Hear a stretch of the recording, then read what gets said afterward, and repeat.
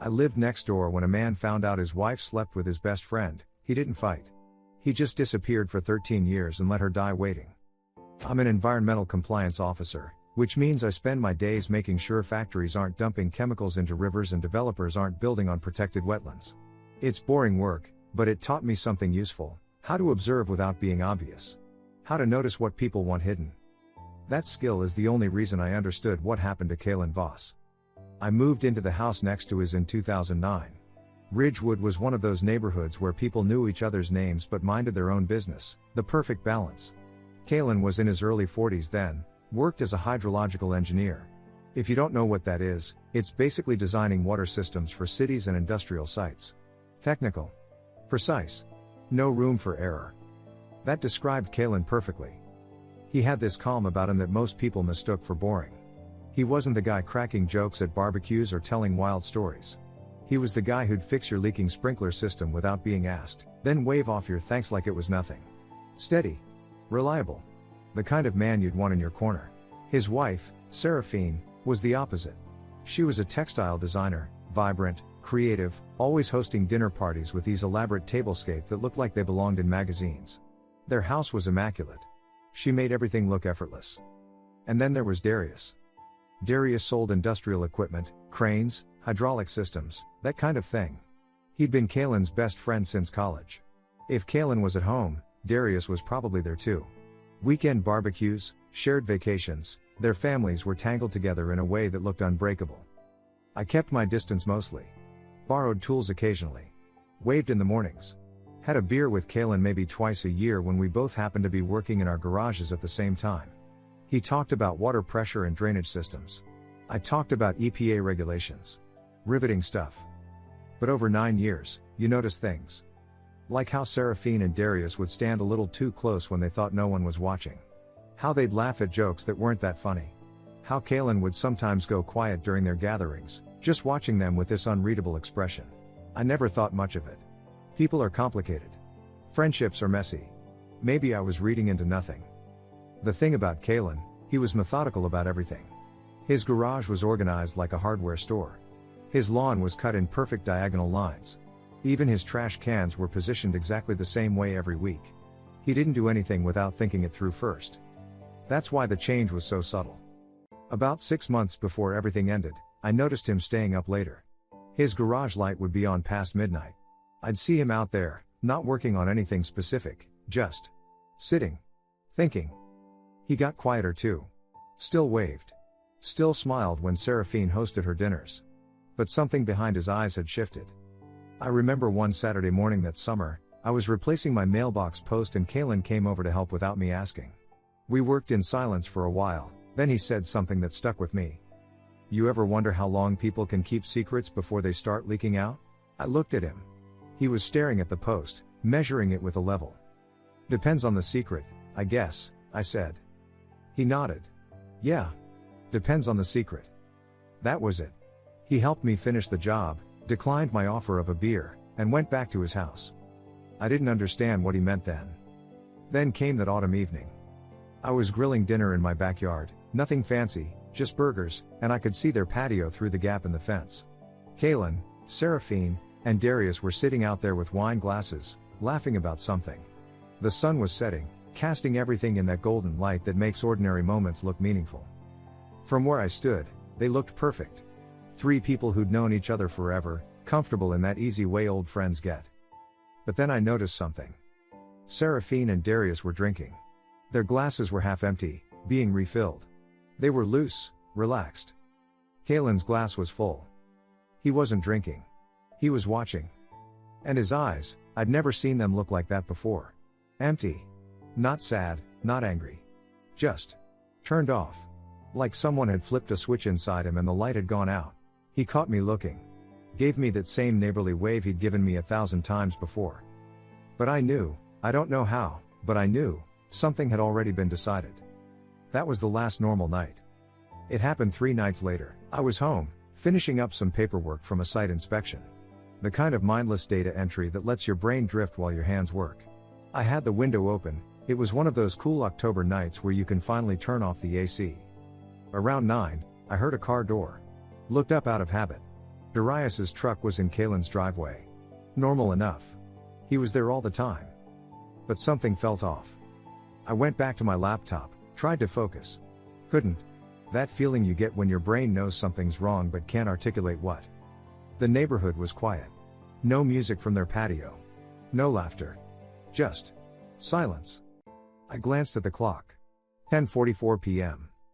Then I heard it, a door closing. Not slamming. Just a normal close. But urgent somehow. I looked out the window again. Darius was walking to his truck. Fast. Not running, but moving with purpose. He got in, started the engine, and pulled out of the driveway without his headlights on for the first few seconds. Then he was gone. The lights in Kalen's house stayed on. Every single one. Living room, kitchen, upstairs bedroom. Like someone had gone through and flipped every switch. I told myself to mind my business. Whatever was happening wasn't my problem. But I couldn't stop watching. Those lights stayed on until 3:17 a.m. I know because I kept checking. Then, one by one, they went dark. I woke up at 5:30 to the sound of a car trunk closing. Stumbled to the window, still half asleep. Kalen was loading something into his car, looked like a duffel bag, maybe two. He was dressed for work, but it was Saturday. He must have sensed me watching because he turned, looked right at my window, and waved. That same wave. But his face, God, his face. It was like looking at a photograph of someone instead of the actual person. All the features were right, but something essential was missing. I waved back. He got in his car and drove off. Seraphine's car stayed in the driveway all day. I kept glancing over while I was doing yard work. Her car was there. Lights were on inside. But I never saw her. Around 2 in the afternoon, I noticed the curtains in their bedroom move. Just a slight shift, like someone had looked out then stepped back quickly. Kalen came home around 6. Backed his car into the garage, unusual, he normally parked in the driveway, and went inside. An hour later, he was in the garage with the door half open. I could see him working methodically, the way he did everything. Moving boxes. Organizing. Like he was preparing for something. I thought about walking over. Asking if everything was okay. But that empty look in his eyes stopped me. Sunday was worse. Kalen took his car out 3 times. Each time, the trunk was loaded with boxes or bags. Each time, he came back with the trunk empty. Seraphine's car never moved. I saw her once, through the kitchen window. Just a glimpse. She was standing at the sink, staring at nothing. Her face was pale. Hollow. Darius didn't show up. That was the strangest part. Darius was always there on weekends. Always. Football games, barbecues, helping with yard projects. His absence was louder than anything else. Monday morning, Kalen's car was in the driveway at 7 a.m. He should have been at work. I left for my own job, spent the day pretending to focus on contamination reports while my brain kept circling back to what I'd seen. When I got home that evening, Kalen was in the garage again. Still packing. Still methodical. I watched him work until it got dark. Then I went inside, poured myself a drink, and tried to convince myself this wasn't my business. Tuesday morning, I woke up at 6. Looked out the window out of habit. Kalen's car was gone. Not gone for work, gone. Gone. The garage was empty except for Seraphine's sedan, sitting there alone like it had been abandoned. I stared at that empty space for a full minute, trying to process what I was seeing. Then I did something I'd never done before. I walked over and knocked on their door. It took almost a minute for Seraphine to answer. When she did, I barely recognized her. Her eyes were bloodshot. Her hair was uncombed. She looked like she hadn't slept in days. We stared at each other. "Is Kalen?" I started. She cut me off with 4 words that made everything click into place. "He knows. He left." I didn't know what to say to her. "He knows. He left." Those 4 words hung in the air between us. She was waiting for me to ask the obvious question, knows what? But I couldn't make myself say it. Because part of me already understood. "I'm sorry," I said instead. Useless words, but all I had. She nodded, then closed the door. The police showed up 2 days later. I was leaving for work when I saw the cruiser in their driveway. 2 officers went inside with Seraphine. They stayed for about 40 minutes, came out with notepads and neutral expressions. One of them knocked on my door that evening. Detective named Flores. Mid-50s, the kind of cop who'd seen enough to know when something didn't add up but couldn't prove it. You're neighbors with the Voss family? Yeah. 9 years. When's the last time you saw Kalen Voss? I told him about Tuesday morning. The empty garage. Seraphine's reaction. Before that? Anything unusual? I described what I'd seen, the late night lights, Darius leaving quickly, Kalen packing methodically over 3 days. Did he seem distressed? Agitated? No. The opposite. He seemed calm. Focused. Flores wrote that down. Any arguments you overheard? Domestic disputes? Nothing. It was quiet. That's what everyone says. He closed his notebook. Mrs. Voss filed a missing persons report, but between you and me, this doesn't look like a missing person. This looks like a man who wanted to disappear. How can you tell? Bank accounts. He withdrew his money legally, split the joint accounts down the middle, left her exactly her share. Closed his personal accounts. Cancelled his phone contract, paid the termination fee. Terminated the lease on his work truck. Even filed a change of address form with the post office to a P.O. box in another state. Flores shook his head. Most people who vanish leave a mess. This guy left a checklist. So what happens now? Nothing. He's an adult.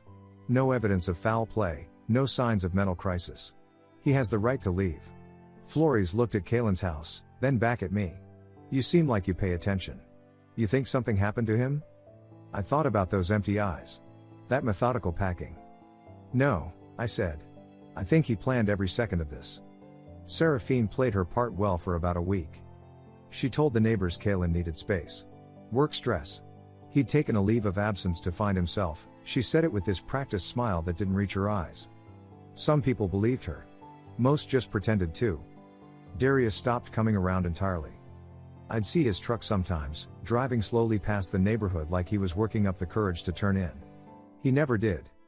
His wife started coming by instead. Bringing Seraphine casseroles and sympathy. I'd watch them through the window, sitting at the kitchen table, Seraphine nodding at whatever comfort was being offered. But I noticed something. Darius's wife never stayed long. And she never looked comfortable. 3 weeks in, I started piecing it together. I'm trained to look for patterns. Environmental contamination doesn't announce itself, you find it by noticing what doesn't fit. A dead patch in vegetation. Chemical residue where there shouldn't be any. This was the same. Kalen discovering something on that silent night. Confronting it, no shouting, no drama, just cold confrontation. 3 days of surgical preparation. Then disappearance executed with the precision of someone who'd planned every detail. He didn't run from something. He ran from someone. And the way Darius avoided the street, the way Seraphine flinched when his name came up in conversation, the way the whole social circle had quietly started fracturing. Whatever Kalen knew, it involved both of them. A month after Kalen vanished, I came home from work to find 5 cars in Seraphine's driveway. Not a casual gathering. Something else. I recognized Darius's wife's SUV. Couple of neighbors. People from their friend group. I parked and was heading inside when I heard it. Raised voices. Not casual disagreement, real anger. Then a scream. Not pain. Anguish. I stopped. Told myself to go inside. Not my business. But my feet carried me toward their side yard instead, staying in the shadows where the fence created a blind spot. Through the living room window, I could see them. Seraphine was on her knees in the middle of the room. Darius's wife was standing over her, pointing, shouting something I couldn't make out. Other people were scattered around, some shocked, some crying. Then Seraphine's voice cut through everything, loud enough that I heard it clearly even from outside. It was me. It was us. For years. The room went silent. And I finally understood what Kalen had known. I left. Walked back to my house, went inside, and sat in the dark for an hour trying to process what I'd just heard. It was us. For years. Not it is. Was. Past tense. I got the full story 2 days later from my next door neighbor on the other side, Patricia. She's retired, bakes too much, and knows everything about everyone. She brought over banana bread I didn't want and information I did. You hear about the Voss situation? Some of it. Patricia settled into my kitchen chair like she was getting comfortable for a performance. Darius's wife, Gloria, she'd been suspicious for weeks. Darius acting strange, avoiding everyone, losing weight. She thought maybe he was sick. Cancer or something. So she went to Seraphine, asked if Kalen had said anything before he left. And? Seraphine tried to hold it together. But Gloria kept pushing. Then other people started asking questions too. Why would Kaylin just leave? What really happened? And Seraphine just cracked. Patricia leaned forward. She told them everything. Her and Darius. It happened years ago. 5, 6 years back, maybe longer. An affair. They ended it, buried it, thought it was over. But they'd been lying about it ever since. Every dinner party, every holiday, every time the three of them sat together like nothing was wrong. My stomach turned. How did Kaylin find out? Seraphine said he found an old phone. Hers. Hidden in the garage behind some boxes. She thought she'd thrown it away years ago, but it was still there. Messages backed up. Photos. Everything she thought was deleted, just waiting. I thought about Kaylin in that garage. Those late nights. Not working. Searching. That night, the silent night, he confronted them both. Separately. Darius admitted everything. Begged him to keep it quiet for the sake of their families. Seraphine begged too. Told him it was ancient history, that it didn't mean anything anymore. What did Kaylin say? Patricia's voice dropped. He told them both the same thing. You are going to live with this. Every single day. I'm leaving, and you're going to face what you did without me here to hide behind. The fallout was immediate. Gloria filed for divorce within a week. Took the kids, both teenagers, and moved in with her sister 2 towns over. I saw Darius once during that time, loading boxes into his truck from his house. He looked like he'd aged 10 years. His kids were helping him, but they weren't speaking to him. Just moving boxes in silence. His son, had to be 17, looked at his father with this expression I'll never forget. Pure disgust. 2 months later, I heard Darius's business partnership dissolved. His partners issued a statement about irreconcilable differences, but everyone knew. In their industry, reputation was everything. The guy who destroyed his best friend's marriage wasn't someone you wanted representing your company. Darius's daughter legally changed her last name when she turned 18. Took her mother's maiden name instead. I learned that from Patricia. Seraphine stayed in that house. Alone. I'd see her sometimes, working in the garden or getting groceries. Always by herself. The dinner party stopped. The decorations came down. The house that used to glow with warmth just existed. And here's the thing I noticed, she never changed anything inside. I could see through the windows sometimes. Kaylin's study, still set up like he worked there yesterday. His chair at the dining table, empty, but still pulled out slightly like he'd just gotten up. Even his coat was still hanging by the door. It was like she'd turned the house into a museum of her guilt. Years passed. 5, 7, 10. I stopped counting. Life moved on for everyone except Seraphine and Darius. They were both frozen in place, serving sentences that had no end date. Darius moved to a small apartment on the other side of town. Worked as a parts supplier for a machinery company, nothing like the business he'd built. I'd hear updates occasionally. His kids still wouldn't see him. Missed their graduations, their weddings, everything. Seraphine stayed in that house. Never dated. Never redecorated. Never moved on. I realized what Kaylin had done. He didn't destroy them. He didn't have to. He just removed himself from the equation and let the weight of what they'd done crush them slowly. The silence was the weapon. And it was working. Then one afternoon, maybe 12 years after Kaylin left, I was at the grocery store and saw someone in the checkout line ahead of me. Took me a full 10 seconds to recognize him. Darius. He'd lost at least 40 pounds. His hair was mostly gray. His clothes hung off him like he'd bought them for a bigger person and never replaced them. He saw me. Froze. We stared at each other across the conveyor belt. Then he walked over. Slowly. Like he wasn't sure I'd let him approach. You still live there, he said. Not a question. Yeah. You see her? Sometimes. He nodded. Looked at his shoes. When he spoke again, his voice was barely above a whisper. He's never coming back, is he? I could have lied. Could have said I didn't know. But I did know. The punishment wasn't the leaving. It was the absence. The living with what they'd done without him there to blame or beg or eventually forgive. Kaylin didn't need to come back. This was working perfectly. I didn't answer Darius's question, just watched him shuffle back to the checkout, pay for his groceries, and leave.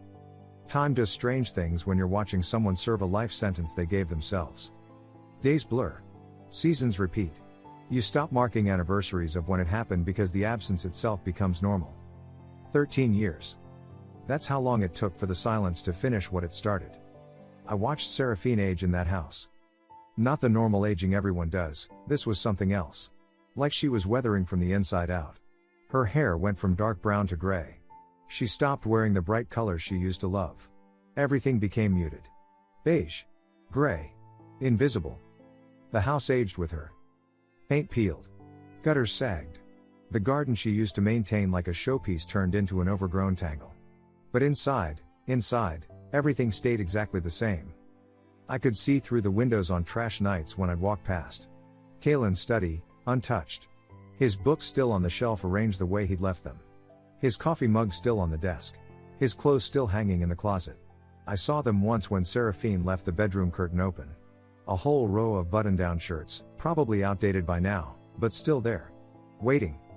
It wasn't a home anymore. It was a shrine to guilt. Darius faded even faster. His ex-wife remarried. His kids graduated college, got jobs, started their own lives. He wasn't invited to any of it.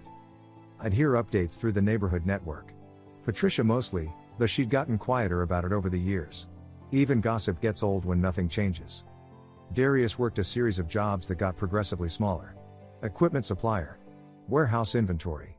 Eventually just part-time maintenance work at an industrial park. I saw him maybe twice a year, always by accident. Once at a gas station. Once at the hardware store. We never spoke after that grocery store conversation.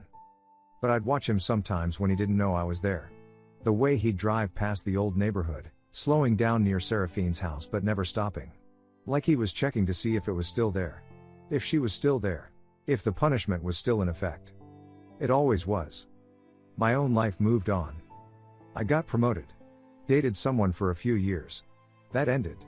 Thought about moving, looked at houses in other towns, but never pulled the trigger. Something kept me in Ridgewood. Maybe I needed to see how this ended. People in the neighborhood changed. Young families moved in. Old couples moved out. New people had no idea why that woman lived alone in the aging house, or why she never had visitors. They'd ask me sometimes, "What's her deal?" Long story, I'd say. Not mine to tell. And it wasn't. This was Kalen's story. I was just the one still watching. Occasionally, someone would claim they'd seen him. A guy from the old friend group swore he spotted Kalen at an airport in Denver. Another said he saw someone who looked just like him at a conference in Austin. Could have been him, could have been wishful thinking. I didn't believe any of it. Kalen wasn't the type to be spotted accidentally. If he didn't want to be found, he wouldn't be. But the rumors did something interesting, they kept him present. Every few years, someone would bring up the story. The man who disappeared. The wife who never moved on. The best friend who lost everything. Kalen became a legend in his own absence. The man who walked away and left two people in their own personal hell. Some people said he was cruel. Others said he was justified. I never offered an opinion. Because I understood what they didn't. He didn't destroy them. He let them destroy themselves. The silence was the weapon. And it worked because they had to live with their own conscience. Every single day. No one to blame. No one to absolve them. Just the weight of what they'd done in the absence of the person they'd wronged. It was surgical. It was ruthless. It was perfect. Year 13 started like all the others. Then in late spring, I noticed something different. A car I didn't recognize in Seraphine's driveway. Medical plates. A doctor got out, carrying a bag, went inside for about 40 minutes. One visit. Then two. Then 3 times a week, regular as clockwork. I ran into Patricia at the mailbox one morning. "You hear about Seraphine?" she asked. I waited. "Cancer. Pancreatic. They're saying 6 months, maybe less." Something cold settled in my chest. "She tell you that?" Home health nurse mentioned it to Eleanor, who told me. "Seraphine's not talking to anyone. Just the doctors." I looked at the house. The shrine. The prison she'd built for herself. "Does anyone know if..." I stopped. Couldn't finish the question. Patricia knew what I was asking. "If Kalen knows?" "I have no idea. How would he? He's been gone 13 years. Could be anywhere. Could be dead for all we know." But I didn't think he was dead, and I had a feeling he knew exactly what was happening. Because 2 weeks later, on a Tuesday evening when the sun was setting and the street was quiet, I was standing in my driveway when I saw it. A car I didn't recognize. Out of state plates. It pulled into Kaylin's old driveway. The engine shut off. And Kaylin Voss stepped out. 13 years changes people. Kaylin's hair had gone silver at the temples. Lines creased his face that hadn't been there before. He'd lost some weight, but he moved with that same deliberate precision I remembered. But his eyes, those were exactly the same. Empty. Calculated. Turned off. He saw me standing there. We locked eyes across the driveway. He nodded once. I nodded back. No words needed. He didn't knock. Just pulled a key from his pocket, apparently he'd kept one all these years, and unlocked his own front door. Walked inside like he'd only been gone for an afternoon. I should have gone inside my house. Given them privacy. Instead, I stayed in my yard. Not hiding, not eavesdropping. Just bearing witness. Through the living room window, I could see it unfold. Seraphine was in a wheelchair. I hadn't known it had gotten that bad. She looked up when Kaylin entered, and even from this distance, I could see the shock ripple through her. She tried to stand. Couldn't. Reached out toward him. Kaylin stepped back. She was crying. Her mouth moving, words I couldn't hear but could imagine. Apologies. Explanations. Please. Kaylin stood there. Stone. Unmoved. The conversation, if you could call it that, lasted maybe 20 minutes. She kept reaching. He kept his distance. Never sat down. Never touched her. Just stood there like he was waiting for something to finish. Then he turned and walked out. He got in his car. Started the engine. Then he stopped. Looked at my driveway. Backed up and pulled in next to my mailbox. I walked over. My heart was hammering, but I kept my expression neutral. He rolled down the window. You never asked, he said. Wasn't my place.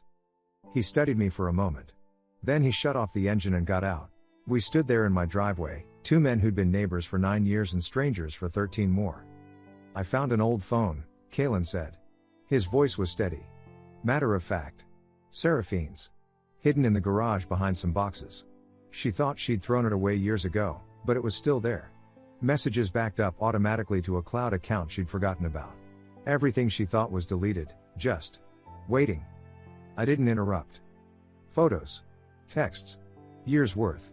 Her and Darius. It had happened 5, maybe 6 years before I found it. They'd ended it. Moved on. Thought they'd buried it. His jaw tightened. Every dinner we hosted. Every vacation we took. Every time I called him my best friend, they knew. And they smiled. And they hid it. That night, I confronted them separately. Darius first. He admitted everything. Called it a mistake. Ancient history.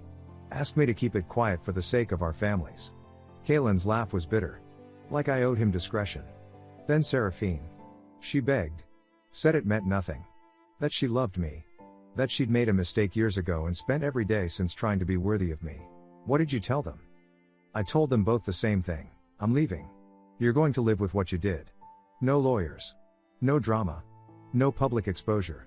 Just consequence. Every single day. You'll wake up knowing what you destroyed, and I won't be there to eventually forgive you or let you move on. The silence stretched between us. Did you forgive her? I asked. Just now, I mean. Kaylin looked at me like I'd asked if water was dry. Forgiveness is for people who deserve it. She had years to tell me the truth. Chose lies instead. Chose to smile at me over breakfast while carrying that secret. He glanced back at the house. I came back to see if she ever moved on. If she ever left that house, redecorated, started over. She didn't. That's all I needed to know. And now? Now I'm done. He got back in his car. Kaylin, I said before he could close the door. He waited. For what it's worth, I never thought you were cruel. Something flickered in those empty eyes. Not warmth. Just acknowledgement. I didn't destroy them, he said quietly. I just stopped protecting them from themselves. Then he drove away. I never saw him again. Seraphine died 3 months later. I went to the funeral. Small gathering. A few distant relatives. Some neighbors who felt obligated. Darius showed up.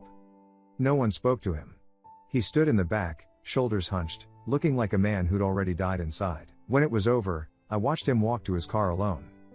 The house went up for sale 2 weeks later. Some young family bought it. Repainted everything.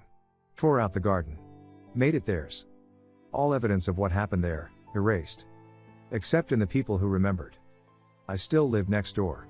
Still wave at the new neighbors. Still go to work every day looking for contamination in places people think are clean. But sometimes, late at night, I think about Kalen Voss. The man who chose silence over screaming.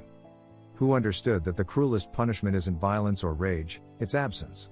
It's watching people destroy themselves under the weight of their own guilt while you're not there to absolve them. 13 years they lived in that prison. 13 years of isolation, regret, and the knowledge that they betrayed someone who never gave them the satisfaction of a reaction. He didn't destroy them. He let them destroy themselves.